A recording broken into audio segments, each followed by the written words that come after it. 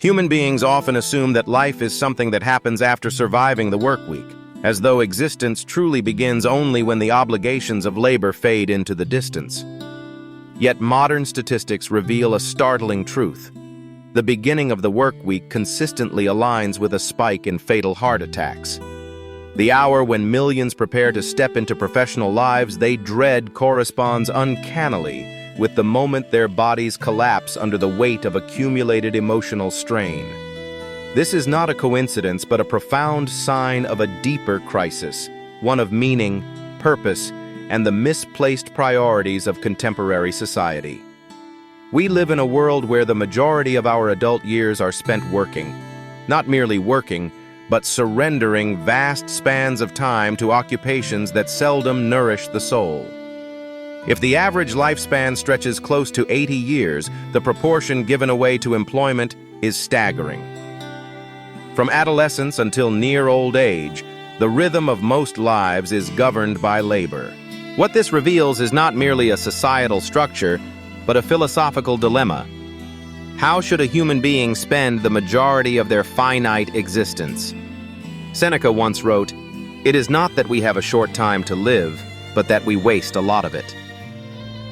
The tragedy is not that life is brief, though it is, but that we allow the largest portion of it to be consumed by pursuits devoid of personal fulfillment. When work becomes an obligation stripped of meaning, it corrodes the emotional, physical, and psychological fabric of life itself. This realization becomes painfully clear when we examine the lives of individuals who chronically postpone happiness. Many live according to a constant pattern of when-then thinking. When they finish school, then life will begin. When they find a stable job, then they will be satisfied. When they marry, have children, or retire, then they will finally embrace joy. The philosopher Alan Watts captured this delusion in one piercing sentence: "We postpone pleasure, as though we expect to live forever." But such a mindset traps individuals in an endless loop. Each milestone arrives, yet satisfaction does not. And so they look toward the next milestone, believing happiness lies there, until life has passed in anticipation rather than in experience. Entire generations have lived like this, working, striving, and waiting, only to discover too late that joy is not something earned at the end of effort, but something cultivated in the present moment. This is the condition of the and-then people, those who constantly expect happiness to happen later, somewhere beyond the horizon of the now. Their lives become a series of deferred gratifications that never quite gratify. The pattern is not unusual, nor is it restricted to a rare, unfortunate few. It is nearly universal. It is humanity's silent epidemic. But the tragedy is not simply the delay of joy. It is the adoption of cultural myths designed to entrench this delay. Society rewards overwork, glorifies exhaustion, and treats stress as a badge of honor. Being overwhelmed has become a status symbol. A person who says they have slept only 3 hours is admired. A person who claims to be constantly busy is applauded. In this strange cultural inversion, rest becomes laziness, leisure becomes indulgence, and happiness becomes a luxury reserved for the few who have earned it. Thoreau warned strongly against this collective delusion. The mass of men lead lives of quiet desperation. Their desperation is not loud or dramatic. It is subtle, internal, and socially accepted. It is the desperation of those who trade vibrant days for meaningless tasks, who accept routines that suffocate their spirits, and who convince themselves that enduring unhappiness is the cost of survival. Yet the most destructive falsehood of all may be the idea of work-life balance. On the surface, it sounds reasonable, but the phrase itself assumes a separation between life and work, as if life is something that happens outside of labor. Should work not be part of life? Should fulfillment not integrate with productivity? The framing is backwards. Life does not fit around work. Work must fit around life. Modern psychology affirms what ancient wisdom knew. The Harvard scholar Sean Acor's research demonstrates that happiness does not arise from success. Rather, success arises from happiness. Over 75% of job performance can be predicted not by intelligence or skill, but by emotional well-being. When a person is joyful, their creativity expands, their insight sharpens, and their productivity increases.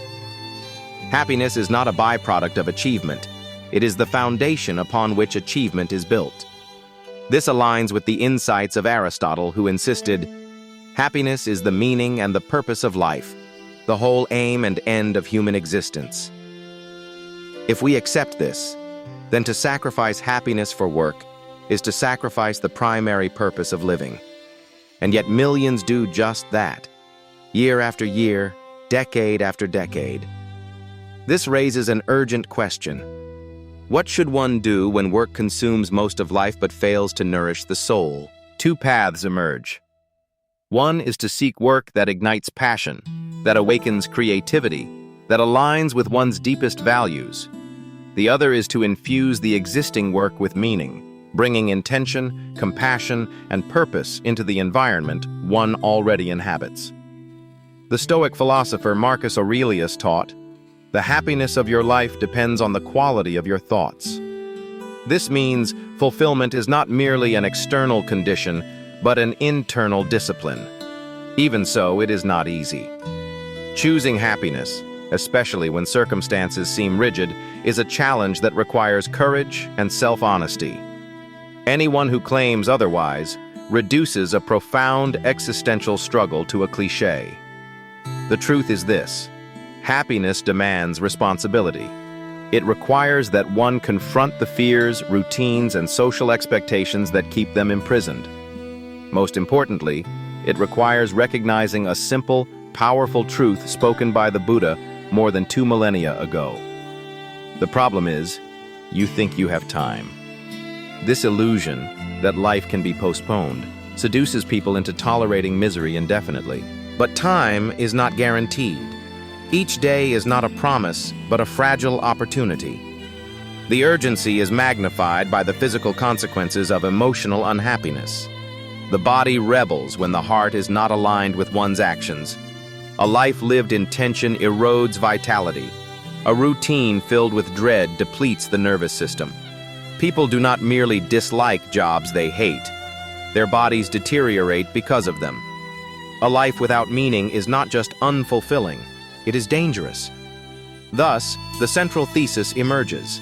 It is a moral, emotional, and existential necessity to pursue a life that one does not need to escape from.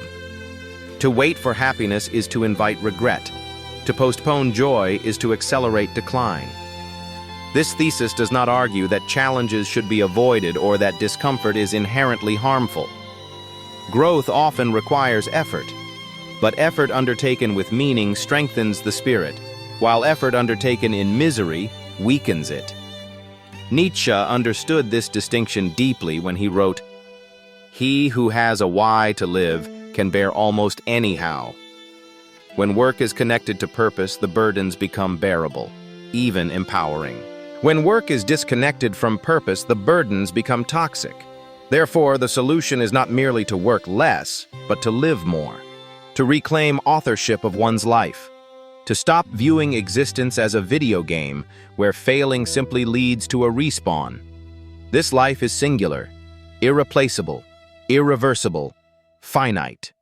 Once the level ends, there is no restarting. Every individual must realize that happiness is not waiting at the end of life's journey. It is a companion that must be invited along the way. To live without that companion is not a neutral choice. It is a dangerous one. Ultimately, this thesis argues that the state of one's heart, emotionally and physically, cannot be separated from the work one does. To be alive is to be responsible for one's joy. To be conscious is to challenge the narratives that society imposes. To be human is to seek meaning before success, fulfillment before accolades, and well-being before wealth. Life demands intentionality. Happiness demands courage. Time demands respect. The heart is not built to endure a lifetime of dread. It is built to beat with purpose. And so we arrive at the final truth. Happiness is not a luxury. It is a duty owed to oneself. Because to waste one's life is the only true failure, and to live it fully is the only true success. Thank you for watching the video. Please like, share, and subscribe. Thank you.